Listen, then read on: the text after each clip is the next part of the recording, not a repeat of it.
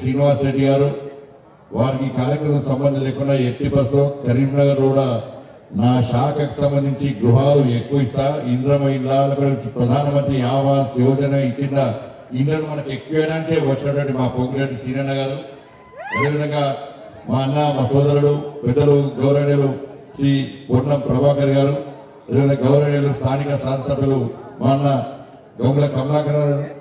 నాకు పొన్నమన్నకైతే పోయిన ఏం లేవు, గ్యాప్స్ ఏం లేవు, నాకు కమలాకర్ కూడా గ్యాప్స్ ఏం లేవు.